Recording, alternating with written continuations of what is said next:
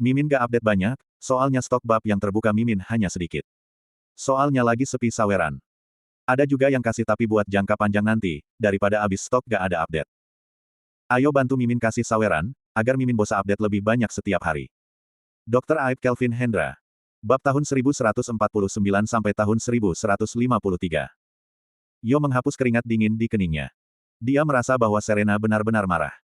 Dia tidak berani menentang ucapan Serena, jadi dia hanya bisa mengangguk dan berkata, baik. Silahkan kemari. Setelah bicara, dia menoleh ke samping dan berkata, cepat, ambil kamera dan foto. Kelvin dan yang lainnya masuk ke dalam lorong. Di tengah lorong ada sehelai kain putih. Orang yang masuk ke tempat ini, semua harus difoto di sana, sekaligus mengisi identitas informasi. Termasuk Serena, dia juga mengambil foto, tapi dia tidak melepaskan cadarnya. Orang-orang seperti Yo juga tidak berani bicara apapun. Kelvin dan Sekar mengambil foto, lalu Yo berkata dengan sopan, kalian berdua, tolong berikan kartu identitas kalian pada saya sebentar.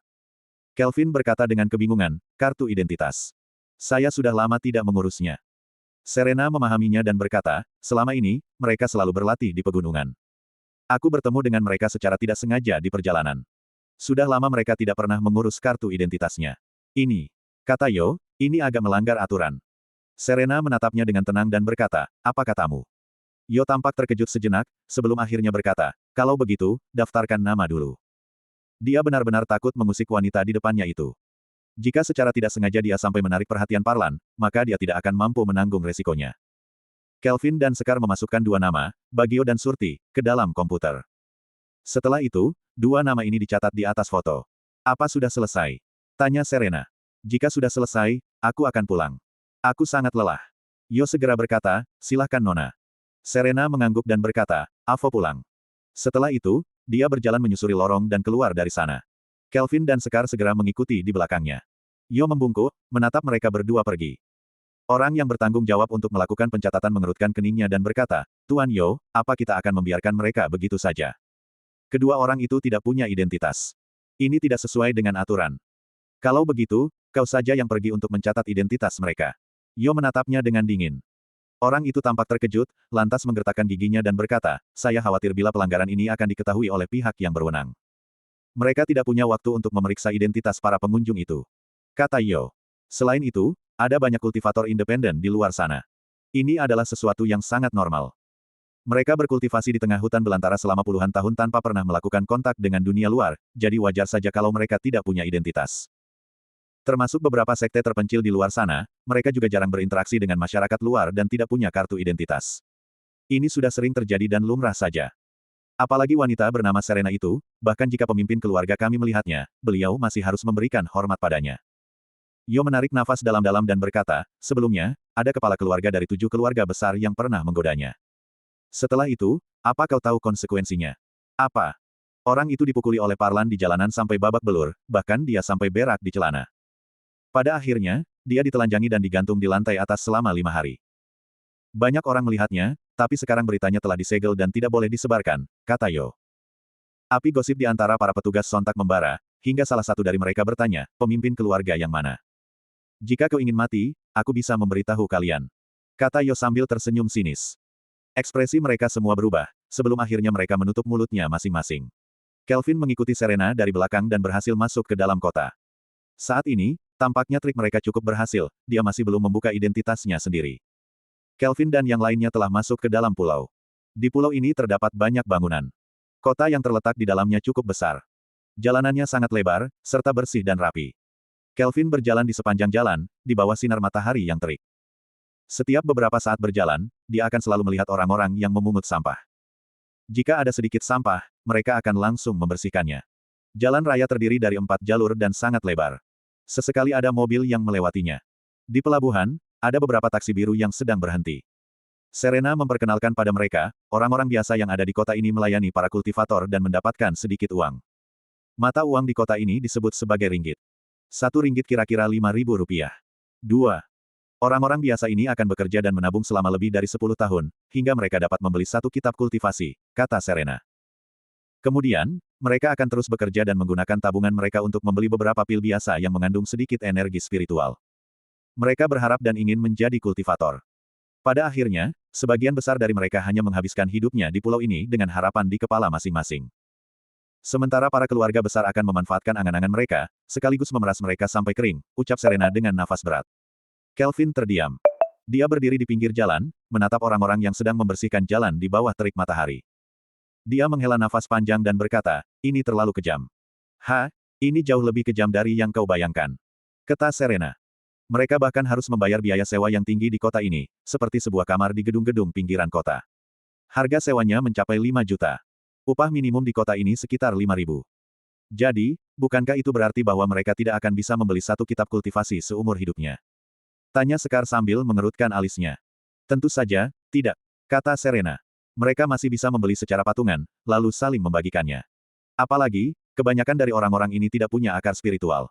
Sehingga mereka tidak akan bisa menjadi kultivator. Semua ini adalah aturan yang diciptakan oleh Gamma, kata Kelvin. Dia mengeksploitasi banyak orang di tempat ini dan menyuruh mereka untuk bekerja seumur hidup tanpa bayaran. Sebagai gantinya, dia menyediakan lingkungan yang berkualitas dan pelayanan. Sebagian besar kultivator dari keluarga besar dulunya juga orang-orang biasa, kata Serena. Apalagi, di kota semacam ini, status kultivator cukup tinggi, jadi mereka sudah terbiasa dan cenderung menikmatinya. Kelvin dan Sekar terdiam. Ayo kita naik mobil dan pulang ke rumahku, kata Serena.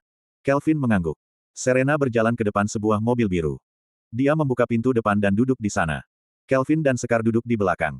Serena berkata dengan tenang, kita pergi ke bumi emas. Begitu sopir mendengar nama tempat itu, ekspresinya langsung berubah.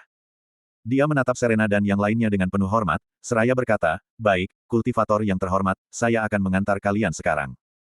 Matanya dipenuhi dengan rasa hormat, serta sedikit rasa iri dan cemburu. Sekilas pandang, Kelvin menemukan bahwa orang-orang biasa, yang sudah lama tinggal di kota ini, sama seperti orang-orang biasa di luar sana saat mereka bertemu dengan kultivator. Mereka seperti percaya pada sebuah agama sesat. Kelvin menggertakkan giginya. Dia mengalirkan sedikit energi spiritualnya, lalu menggunakan teknik gelombang suara, sambil bertanya pada Serena, bukankah penjaga malam adalah organisasi yang bertanggung jawab atas kestabilan dunia ini? Para keluarga kultivator besar ini sepertinya sudah terbiasa bermain dengan trik-trik semacam ini. Aku tidak percaya bahwa Gamma Daryana benar-benar bersih. Kebanyakan dari keluarga kultivator besar ini masih mewarisi tradisi di masa lampau. Mereka masih percaya pada nilai-nilai feodalisme. Kata Serena. Ini juga salah satu alasan kenapa aku tidak ingin berurusan dengan mereka. Apa penjaga malam tidak peduli dengan hal ini? Tanya Kelvin. Serena berkata, para keluarga besar di Pulau Zebra ini, walau mereka memang bermasalah, tapi mereka telah memberikan banyak bantuan pada penjaga malam. Selain itu, para pemimpin dari 7 keluarga besar juga memiliki jabatan yang strategis di penjaga malam. Sehingga, sebagian besar penjaga malam tidak akan terlalu mempermasalahkannya. Mendengar ini, Kelvin benar-benar kehabisan kata. Ketika pertama kalinya dia mendengar tentang penjaga malam, dia mengira bahwa mereka adalah sebuah organisasi yang adil dan menjaga ketertiban dunia, serta melindungi orang-orang dari penindasan di dunia ini. Ketika itu, dia masih punya sedikit hormat kepada penjaga malam. Kemudian, dia menemukan bahwa di antara para penjaga malam, ternyata di sana ada pengkhianat. Sejak saat itu, dia mulai tidak percaya dengan penjaga malam, tapi terhadap beberapa penjaga malam sejati, rasa hormatnya tidak pernah berubah. Seperti misalnya Adrian dan Chaplin. Dia sangat kagum dengan orang-orang seperti mereka. Kemudian, Anwar dan Permadi juga pernah memberitahunya bahwa para penjaga malam adalah kumpulan orang-orang hebat. Meski begitu, Kelvin masih tidak tahu dengan kehebatan mereka. Termasuk kakeknya, semua orang memintanya untuk bergabung dengan penjaga malam. Namun sekarang, jika pertempuran di antara kakeknya dan Teguh benar-benar melibatkan Gamma Daryana, maka dia benar-benar telah kehilangan kepercayaannya pada penjaga malam. Mobil mereka bergerak ke pinggiran kota. Sebagian besar penduduknya adalah orang-orang yang relatif miskin. Saat mobil bergerak menuju pusat kota, maka suasana di sekitarnya perlahan menjadi ramai dan hidup. Gedung-gedung di kota ini tidak terlalu tinggi. Bahkan gedung dengan 7 atau 8 lantai sudah dianggap tinggi. Begitu tiba di pusat kota, semua sarana untuk makan dan minum, serta tempat hiburan, semuanya tersedia. Tentu saja, kebanyakan orang biasa tidak akan bisa menikmati semua ini. Mereka harus bekerja keras untuk menghasilkan banyak uang dengan harapan menjadi seorang kultivator. Yang paling penting. Pada saat ini, Serena berkata, di antara orang-orang biasa ini, kadang-kadang ada yang punya akar spiritual, hingga mereka bisa menjadi kultivator. Begitu mereka berhasil menjadi kultivator, maka nasib mereka akan sepenuhnya berubah. Walau ini mungkin seperti mencari jarum di tumpukan jerami, tapi semua orang percaya dengan takdir baiknya masing-masing. Kata Serena. Terkadang, aku benar-benar mengagumi kemampuan Gamma dalam memainkan psikologis orang lain. Kelvin menghela nafasnya. Dia menggelengkan kepala dan tidak berbicara. Mobil terus bergerak maju. Di dalam mobil, ada siaran radio yang sedang diputar. Berikut adalah beberapa berita singkat. Di jalan bukit, ada seorang nenek yang bekerja sebagai petugas kebersihan. Di usia 80 tahun, kemarin, akhirnya dia berhasil memasuki fase pemurnian Qi. Dalam satu malam, dia menjadi 20 tahun lebih muda. Dia telah melewati ambang pintu kultivator. Mendengar berita ini, sopir taksi yang mengantar Kelvin dan yang lainnya, matanya mulai berbinar dan berkobar-kobar. Kepala keluarga Wijaya, Tom Wijaya, telah kembali dan berkata bahwa dalam waktu dekat, dia akan mengumumkan sebuah berita besar. Pesta pertunangan di antara putri kecil keluarga Lily, Wulan Lily dan sosok jenius dari keluarga Daryana, Nanda Daryana, akan segera diselenggarakan. Kabarnya, keluarga Daryana akan menjadi tuan rumah yang bermurah hati dan mengundang semua orang di kota untuk merayakannya bersama.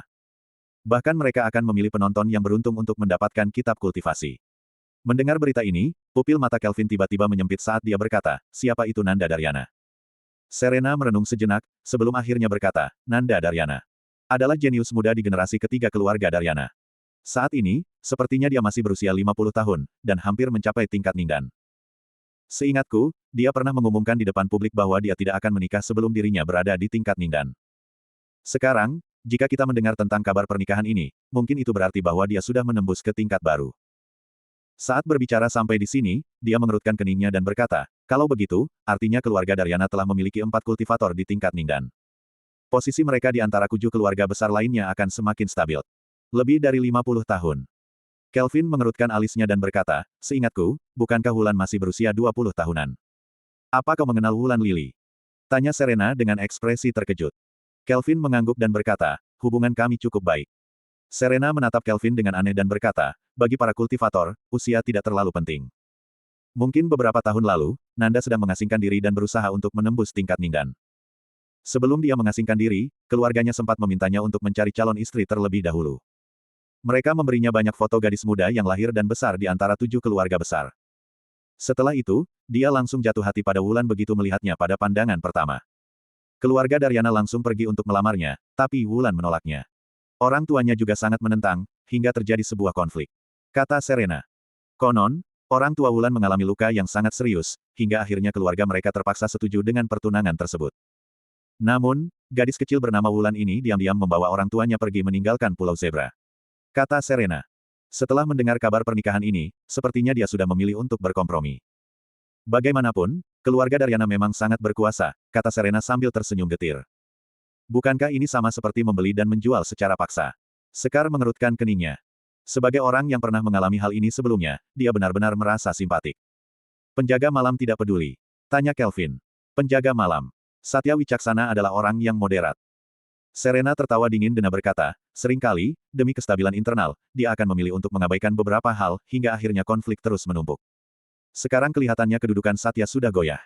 Semuanya adalah karena ulahnya sendiri. Kelvin tertawa dingin dan matanya tampak bercahaya. Kau tidak akan. Serena menatap Kelvin dan bertanya dengan suara pelan, kau tidak akan ikut campur dalam urusan ini, kan? Kelvin tertawa dingin dan berkata, saya sudah berencana untuk menyelidiki keluarga Daryana. Jika Gama Daryana benar-benar menjadi penyebab kakek saya diculik oleh Teguh, maka cepat atau lambat, saya pasti akan membunuhnya. Sambil berkata, dia mencibir dingin, saya sudah menganggap Wulan sebagai adik perempuan saya sendiri. Jika dia memang tidak ingin menikah dengan pria itu, dan keluarganya juga tidak ingin melindunginya, maka saya akan membuat keputusan untuk dia. Benar, kata Sekar. Kami mengenal senior Parlan dan senior Adrian. Kami tidak takut pada siapapun. Serena tersenyum getir dan berkata, untuk hal ini, kusarankan agar kalian tidak terlibat. Bersambung.